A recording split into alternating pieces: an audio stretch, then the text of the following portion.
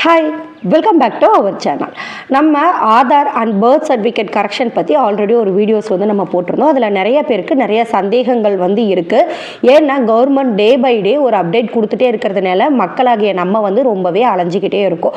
So அதில் நிறைய சந்தேகங்கள் இருக்கிறதுனால மறுபடியும் மேஜராக என்னென்ன சந்தேகங்கள் இருக்கோ அதுக்கு ஒரு சின்ன கிளாரிஃபை வீடியோவாக தான் இதை நான் மேக் பண்ணியிருக்கேன். ஸோ வீடியோவை ஸ்கிப் பண்ணாமல் என் வரைக்கும் பாருங்கள், உங்களுக்கு யூஸ்ஃபுல்லாக இருக்கும். அண்ட் முதல்ல இந்த பேன் ஆதார் அண்ட் அதுக்கப்புறம் பர்த் சர்டிஃபிகேட் கரெக்ஷன்லாம் ரெண்டு முக்கியமான மிஸ்டேக்ஸ் நம்ம நோட்டீஸ் பண்ணணும். ஒன்று என்ன அப்படின்னா, கவர்மெண்ட்டுக்கு ஒரு பர்ஃபெக்டான ஃபார்மெட் அப்படிங்கிறது இல்லை. ஏன்னா டே பை டே அவங்க அப்டேட் பண்ணிகிட்டே இருக்காங்க.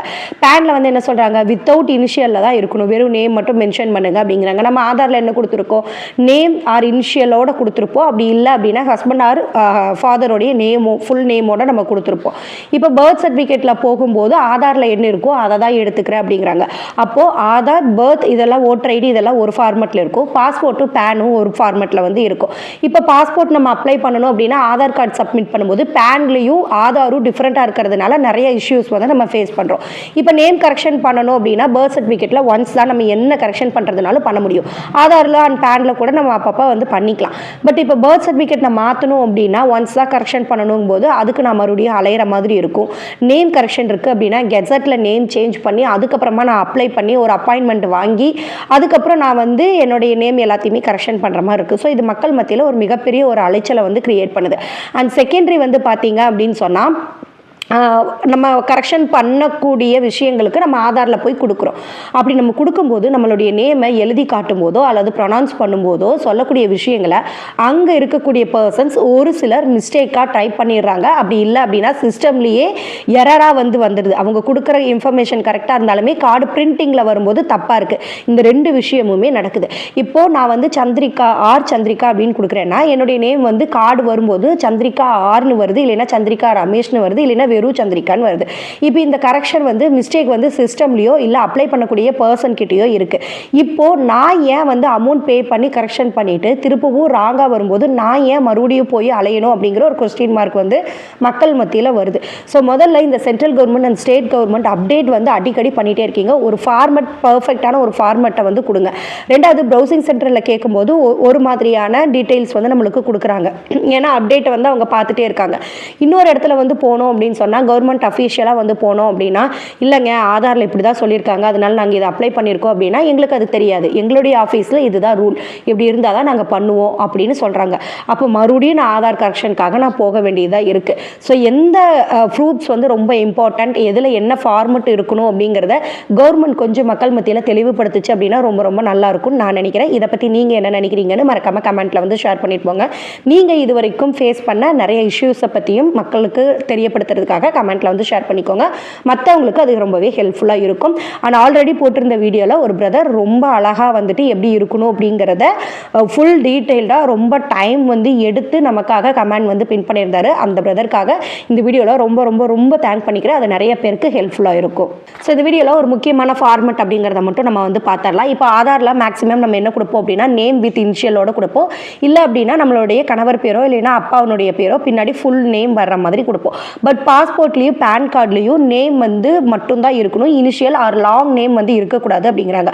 இப்போ லைக் என்னுடைய நேம் சந்திரிகா ராமசாமி அப்படின்னு இருக்குன்னா அது ஃபுல் லென்த் நேமாக இருக்குது, பெரிய ப்ராசஸாக வரும். கீழே மறுபடியும் ஃபாதர் நேமில் மறுபடியும் ராமசாமிங்கிறது வரும் அப்படிங்கிற மாதிரி மென்ஷன் பண்ணியிருக்காங்க. ஸோ அதில் ஒரு வெறும் நேம் மட்டும் இருந்தால் போதும் அப்படிங்கிறது தான் ஃபைனலாக கொண்டு வராங்க. இப்போது இன்னொரு கேள்வி என்ன வருதுன்னா, இனிஷியலே ஏன் இருக்கக்கூடாது, அப்போ என்னுடைய அடையாளமே என்னன்னு தெரியாமல் போகுது இல்லையா? ஸ்கூல் அட்டண்டன்ஸ்லேயே ஒரு கிளாஸில் 4 பிரியா இருப்பாங்க, ஒரு 3 கார்த்தி அப்படிங்கிற நேமில் இருப்பாங்க. இப்போ அவங்களுக்கு எல்லாத்துக்குமே எதை வச்சு நம்ம ஐடென்டிஃபை பண்ணுவோம், ஆர் பிரியா, என் பிரியா, எஸ் பிரியா, இப்படி தான் நம்ம ஐடென்டிஃபை பண்ணுவோம்.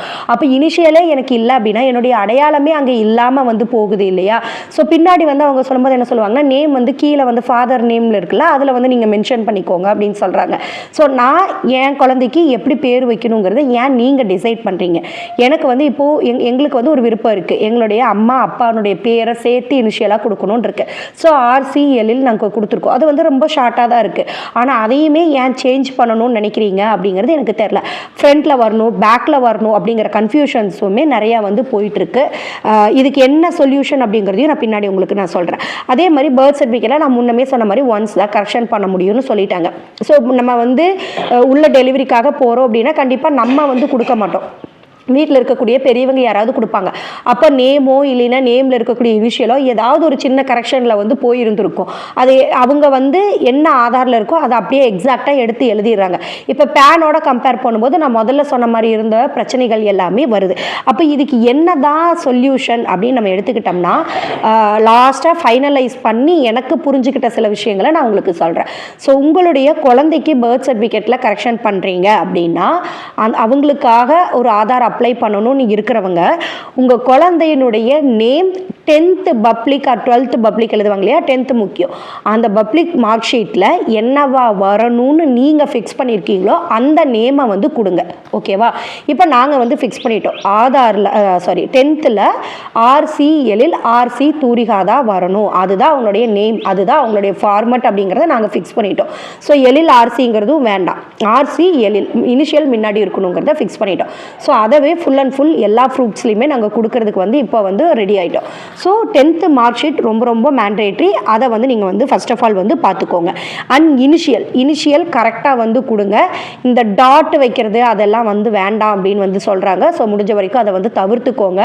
தெரிஞ்ச ஆஃபீஸில் சொல்லக்கூடிய விஷயங்கள். ஏன்னா டாட் வந்து சில சிஸ்டமில் வந்து அக்செப்ட் ஆகாது. ஸோ ஒரு ப்ரூஃபில் வந்து டாட்டோடு இருக்குது, இன்னொரு சில ப்ரூஃபில் வந்து டாட் இல்லை அப்படின்னம்னா அது வந்து மிஸ்மேட்ச் மாதிரி ஆயிரும். ஸோ இனிஷியலில் கொடுக்கும்போது அது வந்து ஸ்பேஸ் மட்டும் கொடுங்க, அது வந்து ரொம்பவே ஹெல்ப்ஃபுல்லாக இருக்கும் அப்படின்னு வந்து சொல்லியிருக்காங்க. அண்ட் அதுக்கப்புறம் வந்து பார்த்திங்க அப்படின்னா ஒரு பிரதருமே அதில் வந்து கேட்டிருந்தாங்க, அப்பாவுடைய நேம் வந்து ஃபுல்லாக வந்து கொடுக்கலாமா அப்படின்னு. கண்டிப்பாக ஃபுல் லாங் நேம் வந்து கொடுக்காதீங்க.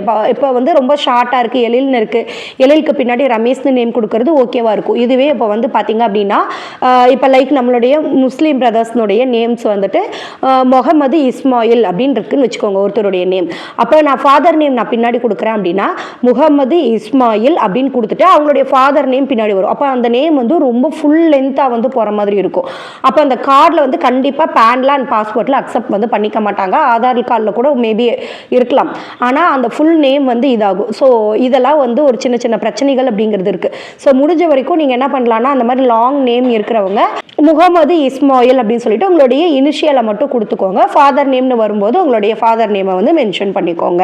அண்ட் சில பேர் வந்து அப்பாவுடைய நேம் வந்து பர்த் சர்டிஃபிகேட்டில் கரெக்ஷன் வந்து பண்ண முடியுமா அப்படின்னு வந்து கேட்டிருக்கீங்க. அஃப்கோர்ஸ் வந்து நம்ம வந்து பண்ணலாம், ஆனால் அதுக்கான பர்ஃபெக்டான ஒரு ப்ரூஃப் வந்து அவங்களுக்கு வந்து கொடுக்கணும். ஸோ கொடுத்துட்டு நீங்கள் வந்து பண்ணலாம். இன்கேஸ் வந்துட்டு நீங்கள் ஒன்ஸ் நீங்கள் ரெஜிஸ்டர் பண்ணிட்டீங்க அதுக்கப்புறம் மறுபடியும் மாற்றணும் அப்படிங்கிற மாதிரி இருக்குது அப்படின்னா கண்டிப்பாக நீங்கள் தாலுக்கா ஆஃபீஸ் தான் வந்து போய் ஆகணும். ஆனால் அதே மாதிரி பர்த் சர்டிஃபிகேட்டில் கரெக்ஷனாக இருக்கட்டும், ஆதார் கார்டு கரெக்ஷனாக இருக்கட்டும், எல்லாத்துக்குமே இப்போ வந்து தாலுக்கா ஆஃபீஸ் தான் ரொம்ப முக்கியம் அப்படிங்கிற மாதிரி ஆயிடுச்சு. ஒரு லொக்கேஷன்லேயுமே ஒரு டேட்டுக்குமே இந்த அப்டேட் வந்து மாறிட்டே இருக்குது. ஃபர்ஸ்ட் வந்து நாங்கள் வந்து பண்ணும்போது பர்த் சர்டிஃபிகேட்டில் கரெக்ஷன் வந்து பண்ணும்போது பர்த் ரெஜிஸ்டர் ஆஃபீஸ் தான் போகணும்னு சொல்லிட்டாங்க. பட் இப்போ இருக்கக்கூடிய அட் ப்ரெசன்ட் எங்களுடைய லொக்கேஷனில் என்ன அப்படின்னா தாலுக்கா ஆஃபீஸ் தான் வந்து போகணும். அதே மாதிரி வந்து பார்த்திங்க அப்படின்னா ஆதார் கார்டு கரெக்ஷனுக்கு அங்கங்கே சேவா மையங்கள் கவர்மெண்ட்டோடது இருக்கும் இல்லையா, அங்கே வந்து கரெக்ஷன் பண்ணிக்கலான்னு இருந்தது. பட் இப்போ அது வந்து எடுத்துட்டாங்க. தாலுக்கா ஆஃபீஸில் இருக்கக்கூடிய இடத்துல தான் போயிட்டு நம்ம வந்து அப்ளை வந்து பண்ணுற மாதிரி இருக்கும். இதை தாண்டி முகாம்கள் நடக்கும் இல்லையா, ஸோ அந்த முகாம்கள் கவர்மெண்ட் நடத்தக்கூடிய முகாம்களில் வந்து நீங்கள் பண்ணலாம் அப்படிங்கிறது வந்து கொடுத்துருக்காங்க. அண்ட் செகண்டரி வந்து பார்த்தீங்க அப்படின்னா கெசட்டில் நேம் வந்து என்னோடது தப்பாக வந்து இருக்குது. ஸோ கெசட்டில் நேம் வந்து நான் சேஞ்ச் பண்ணணும்னு நான் நினைக்கிறேன். ஸோ சேஞ்ச் வந்து பண்ணலாமா அப்படின்னா தாராளமாக நீங்கள் வந்து பண்ணலாம். இப்போ மேரேஜ் வந்து நம்ம பண்ணுறோம் இல்லை வேறு நேம் வந்து நம்ம சேஞ்ச் பண்ணியிருக்கோம் அப்படின்னா அது எல்லாத்தையுமே கெசட்டில் ப்ராப்பராக வந்து நேம் வந்து சேஞ்ச் வந்து பண்ணணும். அதுக்கு கவர்மெண்ட் ரிலேட்டடாக ஒரு அனௌன்ஸ்மெண்ட் மாதிரி வந்து கொடுப்பாங்க. அதெல்லாம் கொடுத்து எந்த ஒரு ப்ராப்ளமும் இல்லை அப்படின்னா உங்களுடைய நேம் வந்து கரெக்ஷன் பண்ணி கொடுத்துருவாங்க. அதுக்கப்புறமா உங்கள் குழந்தையினுடைய பர்த் சர்டிஃபிகேட்டில் வந்துட்டு உங்களுடைய ஃபாதர் அண்ட் மதர் நேம்னுடைய கரெக்ஷனை வந்து நீங்கள் வந்து சேஞ்ச் வந்து நீங்கள் வந்து பண்ணிக்கலாம். அண்ட் டேட் ஆஃப் பர்த் சேஞ்சுமே நீங்கள் வந்து பண்ணிக்கலாம். ஸோ என்னை பொறுத்த வரைக்கும் என்னென்னா ஒரே ஃபார்மேட் எப்போவுமே பர்ஃபெக்டாக வந்து சூஸ் பண்ணுங்கள். ஒன்று உங்களுடைய நேமுக்கு முன்னாடி ஆர் பின்னாடி இனிஷியல் வர்ற மாதிரி வந்து பார்த்துக்கோங்க. ஹஸ்பண்ட் நேம் ஃபாதர் நேம் ஃபுல்லாக கொடுக்கறத விட கீழே வந்து நீங்கள் கொடுக்கறது அப்படிங்கிறது என்னை பொறுத்த வரைக்கும் பெட்டர்.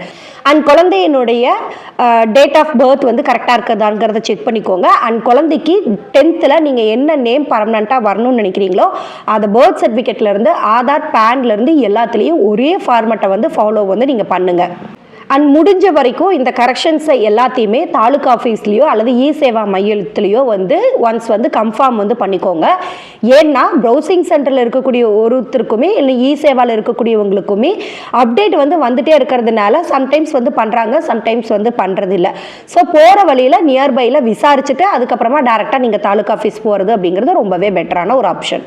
இப்போதைக்கு இதுதான் அப்டேட்டாக வந்து இருக்குது. ஸோ சின்ன சின்ன விஷயங்கள் சேஞ்சஸ் தான், ஆனால் பெரிய அலைச்சல்களை வந்து கொடுக்குது, அது நிதர்சனம் தான். உங்களுக்கு வேறு ஏதாவது இதில் சந்தேகங்கள் இருக்குது அப்படின்னா மறக்காமல் இந்த வீடியோனுடைய கமெண்ட் செக்ஷனில் வந்து பின் பண்ணுங்கள். முடிஞ்ச வரைக்கும் எனக்கு தெரிஞ்ச இன்ஃபர்மேஷனை நான் உங்ககிட்ட ஷேர் பண்ணிக்கிறேன். ஸோ நெக்ஸ்ட் ஒரு வீடியோஸில் பார்க்கலாம். பாய்.